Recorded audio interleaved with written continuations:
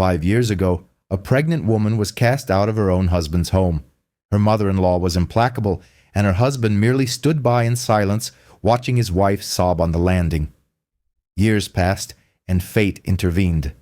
When she arrived to inspect the house, acquired at auction due to debt, her pale mother-in-law appeared on the threshold. "It's you, Olya," and your ex-husband rushed to embrace me with a joyful smile. "My darling, you've saved us." Hello, dear listeners. I'm delighted to welcome you to my channel. I present a new, interesting story for your enjoyment. Happy listening. Olya stepped out of the taxi and froze before the familiar house. The grey three-story mansion, with its peeling plaster, looked far more desolate than it had 5 years prior. Back then, it had seemed like a fortress, an impregnable stronghold from which she had been unceremoniously ejected, like a stray dog.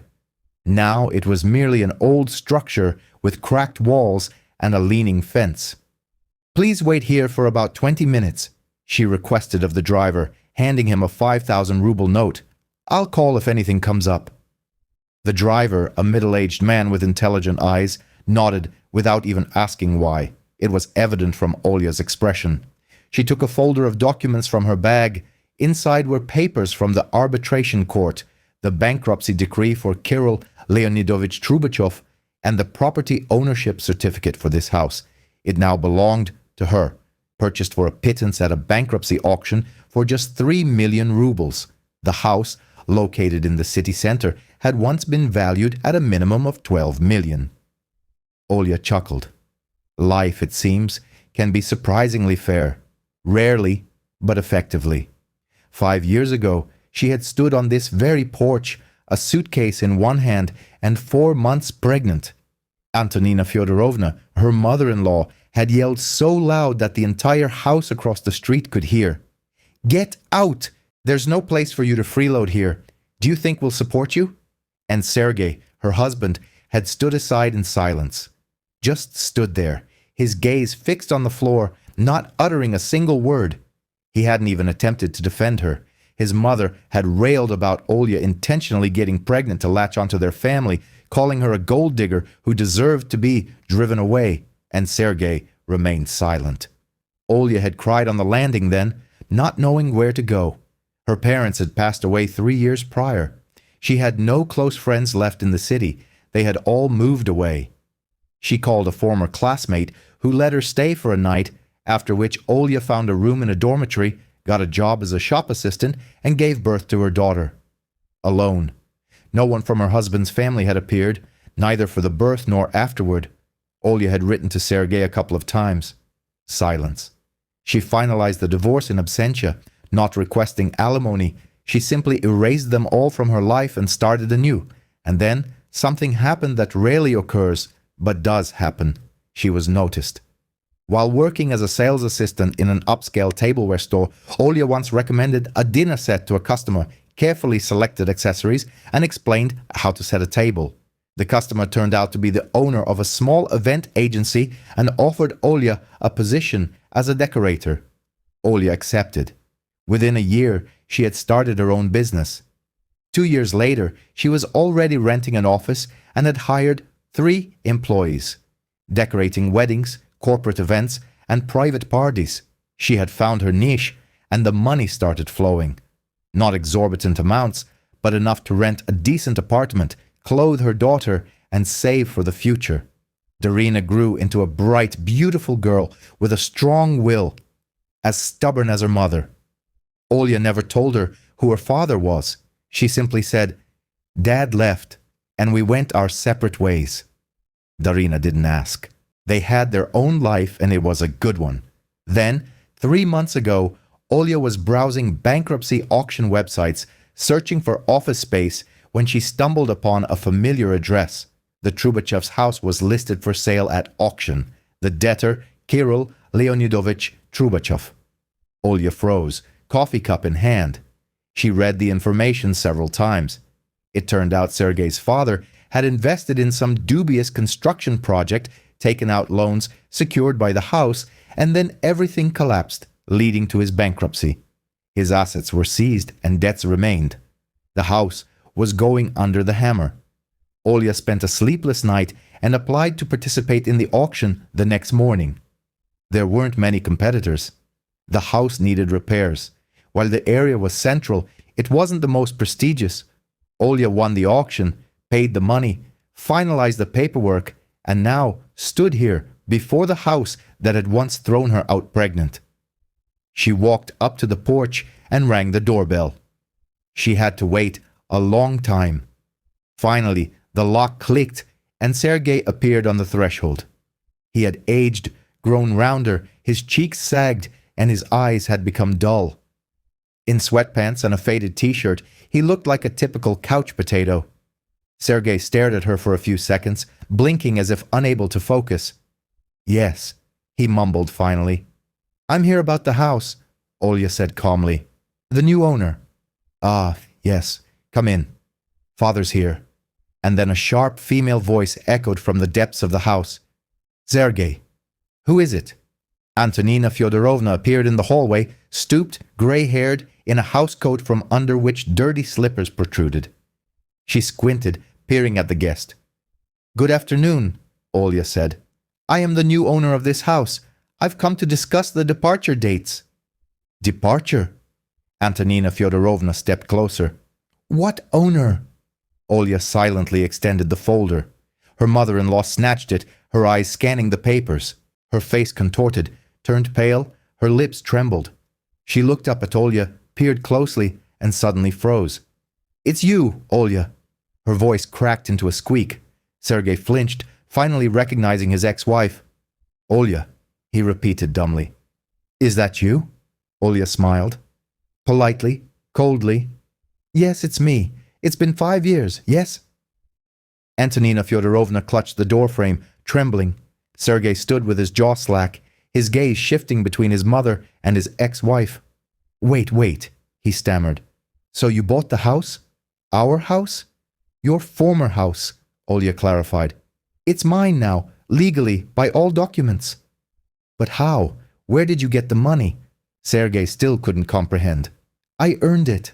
I'm an entrepreneur now. All legitimate, through the tax office. I have an event planning agency." "An agency," he repeated as if it were a foreign word. Antonina Fyodorovna suddenly straightened up abruptly. Her face turned from pale to pink. Her eyes gleamed. She stepped forward, arms outstretched. "Olenka, my darling." My voice became syrupy, falsely affectionate. "Well, we've met, and we were thinking of you, worrying about you. Right, Sergei?" Sergei nodded, catching on. Yes, of course, we wanted to find you, but we didn't know where you were." "You understand, my darling?" Antonina Fyodorovna continued, already squeezing closer. "What happened then?" "Well, it was foolishness. Emotions. Nerves. I didn't mean any harm. We were just in a difficult situation. And then, well, me with a child," Olya finished for her.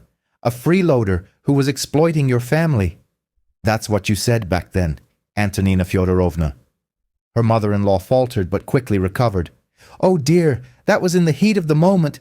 Don't hold grudges. All families argue. The main thing is that we're reunited now. You've saved us, haven't you? You bought the house, so you'll help us too, right?" Sergei lunged to hug Olya, but she stepped back. He froze, lowering his hands awkwardly. "Darling," Antonina Fyodorovna repeated, grabbing Olya's hand. "You won't kick us out, will you? We're family." "Sergei, this is your husband." "Ex-husband," Olya corrected. "We divorced 5 years ago. Or have you forgotten?" "Well, that's just a formality." Sergei grinned, showing his yellow teeth. "We can get it all back. We loved each other." Olya looked at him for a long moment, then shifted her gaze to Antonina Fyodorovna, who squeezed her hand with pleading eyes. "You loved me," she repeated quietly. "You loved me when your mother threw your pregnant wife out onto the street." Sergei winced. "Olya, don't bring up the past. I was confused. I didn't know what to do. Mother was pressuring me. Father was shouting. I'm weak, yes, guilty, but now everything can be fixed." "Fixed?" Olya echoed. Kirill Leonidovich emerged from the depths of the house, stooped, grey-haired, in a rumpled shirt. He stopped, surveyed the scene, and looked at Olya. "Is this the new owner?" he asked wearily. "Not new," Antonina Fyodorovna interjected. "This is Olya, Sergei's wife. She's returned." Kirill Leonidovich frowned, peering, then nodded. "Ah, her, the one they kicked out. What does she want?" "Kirill," Antonina Fyodorovna hissed. "She bought the house. Our house."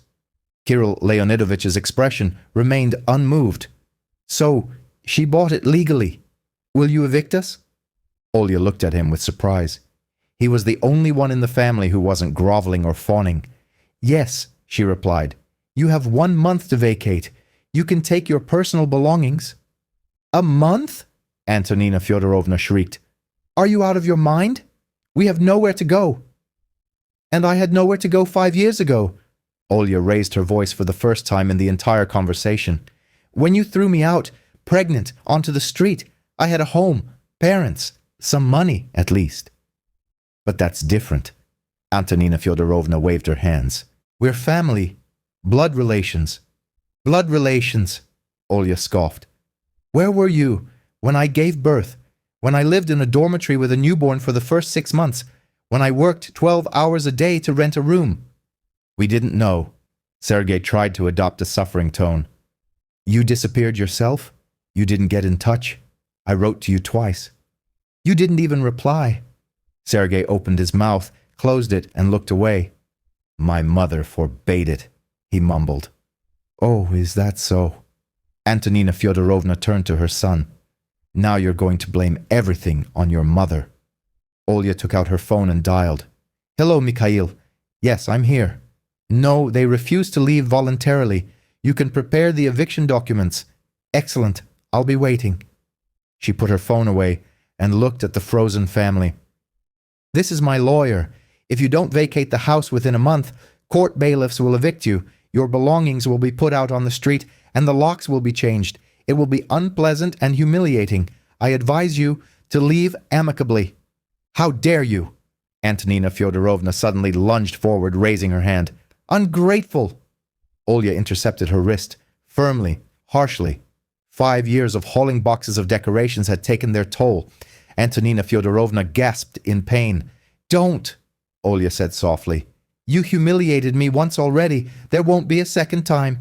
She released her mother-in-law, who recoiled, rubbing her arm. "You'll regret this," she hissed. "We'll sue you.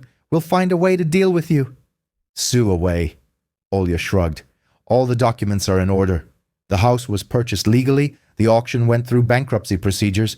You have no rights to this property." Kirill Leonidovich suddenly let out a hoarse laugh. "Tonya, shut up. She's right. It's our fault. We messed everything up. And there's no point whining about life now." "Kirill, what are you saying?" "I'm speaking the truth. 5 years ago, we kicked the girl out onto the street because greed got the better of us. We thought we'd save money on her. And now she's back and taken our last possessions. It's fair." Olya looked at him with unexpected respect. "Where will you live?" she asked. "Are there options?" "We'll ask my brother to take us in." Kirill Leonidovich waved his hand. "We'll survive at the dacha in the Moscow region. It's not the first time." "And Sergei. Sergei will go with us," his father grumbled. "Where else can he go? No job, no wife, no brains." Sergei flinched, wanting to say something, but remained silent. Olya turned towards the exit. She stopped at the threshold. "I have a daughter," she said, not turning around. "Darina, she's 5 years old, smart, beautiful. I raised her alone, without you." "Daughter." Sergei raised his head. "We have a daughter." "I have a daughter," Olya corrected. "You have no one." She went out, closed the door behind her, and walked toward the taxi. The driver was already waiting, opening the rear door. "How did it go?" he asked. "Normally." Olya settled into the seat. "Let's go home." The taxi pulled away. Olya watched the receding house through the window. Inside her, there was no triumph, no malice, only a strange emptiness, like after a long illness, when the fever has broken and only weakness remains. She took out her phone and texted her nanny. "We'll be home soon. Tell Darina we're going to the cinema tonight." A month later, the Trubachevs moved out. Quietly, without scandal, Kirill Leonidovich indeed took his family to his brothers in the Moscow region. Olya hired a crew of workers and began renovations. She decided to transform the house into her agency's office with a showroom. There was enough space. One day, as the repairmen were peeling off old wallpaper in the living room, they found a baby pacifier and a worn-out teddy bear behind the radiator. Olya picked them up. The pacifier was hers. She remembered its blue rim. The bear, too. It meant that when she was thrown out, she had forgotten something or simply hadn't managed to pack it. And the items had lain there for 5 years. Olya clutched the toy in her hand, then placed it in a box. It was a different life, one where she was weak and dependent. Now she was strong and free. The agency opened 3 months later. Clients, partners, and journalists attended the opening. Olya stood in the renovated hall, smiling, sipping champagne. Darina ran among the guests in a beautiful dress, laughing. Beside her was her friend, who had once let Olya stay overnight. Now she was a business partner. Everything was good, truly. 6 months later, Olya accidentally stumbled upon a social media post. Sergei had married some girl from a neighboring village where he now lived. Judging by the photos, there was no wedding, just a registry office. In the photograph, Sergei looked even more bloated. The bride appeared tired and displeased. Olya scrolled further, without pausing. It was all the same to her. One cold November evening, as Olya was picking up Darina from kindergarten, she was called out from the entrance. She turned and saw Antonina Fyodorovna. She looked even worse than 6 months prior, stooped in a cheap jacket, her eyes dim. "Olya," she began quietly. "Can I have a moment?" Olya nodded silently. Darina pressed against her mother's leg, curiously observing the unfamiliar grandmother. This is my granddaughter."